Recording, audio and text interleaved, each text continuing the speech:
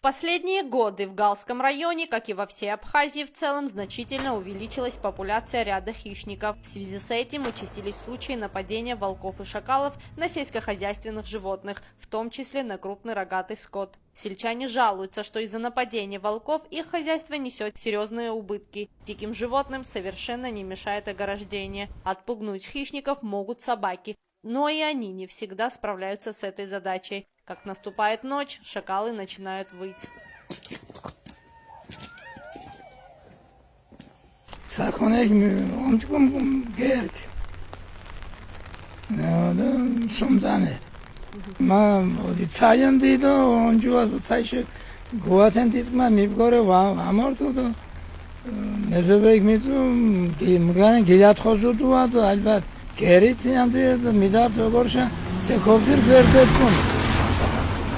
Эти тудом кучашено, ко икуя теора мапипра тудом кучашено, эти тудом кучашено, ну куяна сери мозг гуянто.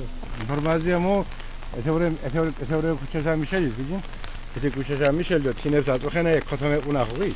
От нападения хищников убытки в хозяйстве несут жители многих сел района. Практически каждую неделю волки загрызают коров, овец, коз и свиней. Шакалы и лисы в основном нападают на домашнюю птицу. При этом охотников, которые могут помешать нападению, не так много. Жители боятся, что жертвами в скором времени могут стать они сами, так как звери начали вплотную подходить к деревенским домам. Также в селах есть и школы, которые подвергаются опасности из-за шакалов. Никогда не знаешь, в какое время и какое животное встретит ребенка по дороге домой. Проблема уже давно существует. Шакали очень много вообще. Вечером даже туда ходить уже опасно, без ружья.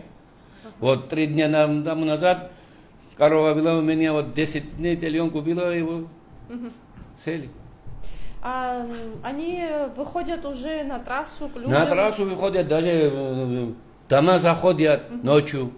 А Вообще какой-нибудь обстрел? группами они ходят, группами 10, 15, 20 вместе. А какой-нибудь обстрел здесь не проводится или что-нибудь? Я не слышал такого, что кто-нибудь охотился за шакалом или за волком. Вот недавно, вот как раз неделю тому назад, сын моей учительницы увидел волка и стрельнул, но там патроны были такие мелкие и не смог, он бежал. Я бригадиром работаю. Да. Да. Знаю, недавно большого буйоля покушал волк вот в этом доме. Ага. Целый ночь там это, вот это мы дерево там грабли, там это собаки там это лают. И слышно, что вот это хищники, что по-другому говорят. Волки вот так, вот так. Ага. Вот так. Значит, в большинстве случаев это больше шакалы, чем волки, да? Да. Ну, так зеленый там много. У нас там такого нет, мы так много покушали, и корову тоже покушали. Основной фактор увеличения популяции хищников связан с тем, что в селах редеет население. Становится много бесхозных домов. Бывшие сельхозугодья зарастают лесом. Какая здесь у вас обстановка? Ну, у нас тоже такое напряженное. Вечером скот не вернулся, а утром видишь, не вернулся, искать не стоит. Там все их развелось очень много. А есть какая-нибудь помощь по их обстрелу? А сами жители? Ну, жители сами кто? Вот тут мало кто оружия имеет. Вот они кое-как. Но далеко не в одной. Тут все лесом уже заросло, а их очень много развелось.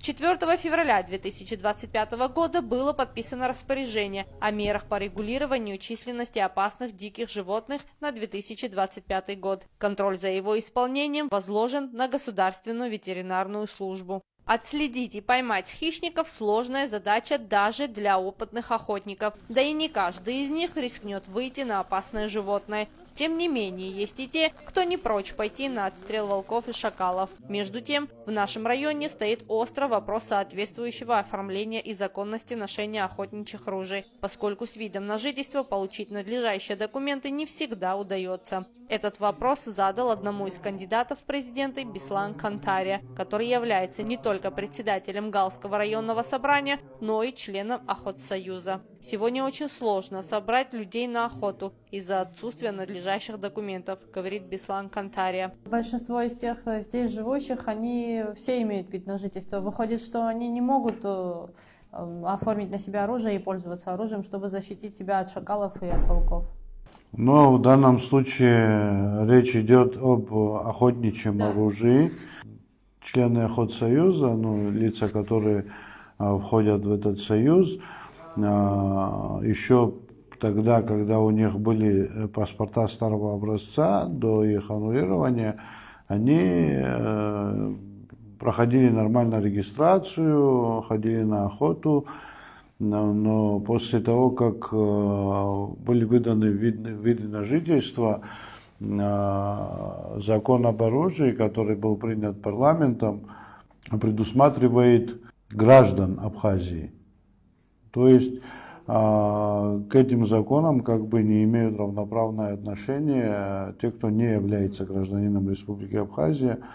А в данном случае это люди, которые получили вид на жительство.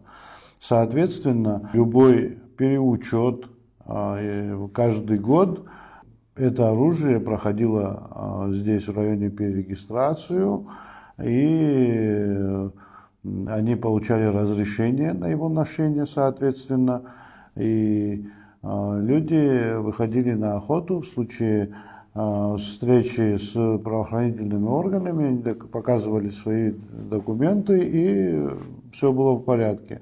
А в данном случае уже несколько лет, как перерегистрировать это оружие охотничье, не дается возможности, не получается. В первую очередь хочу поблагодарить органы внутренних дел района, которые пошли нам на уступки, мы с ними разговаривали, ставили вопрос, что делать с теми людьми, которые не могут использовать законно это охотничье оружие. И на словесной договоренности, что по старым билетам, которые у них есть, и разрешением на его ношение, они не будут изыматься на территории района, то есть выйти за пределы района, в данном случае это у нас канал по границе города, и внутри территории имеют возможность, но все же законность действия человека с оружием, хотелось бы, чтобы было закреплено законом, самим законом, как полагается, естественно, да. Тут по периметру есть зона контроля, где российские вооруженные силы, солдаты, имею в виду, в приграничной зоне проводят контроль. И то, что мы на местном уровне договариваемся и не мешаем друг другу, не дает возможности передвигаться с этим оружием с просроченными документами. Понимаете, это тоже препятствует. Другие, к примеру, вот такие моменты, которые препятствуют. Сейчас мы не можем с погрануправлением Российской Федерации на устном уровне договориться, что это, охотник, его жалко, а может не охотник, понимаете? Поэтому документ всегда должен быть законным, всегда должен иметь свой срок, который, соответственно, далее будет продлеваться, и абсолютно никаких проблем это не составляет.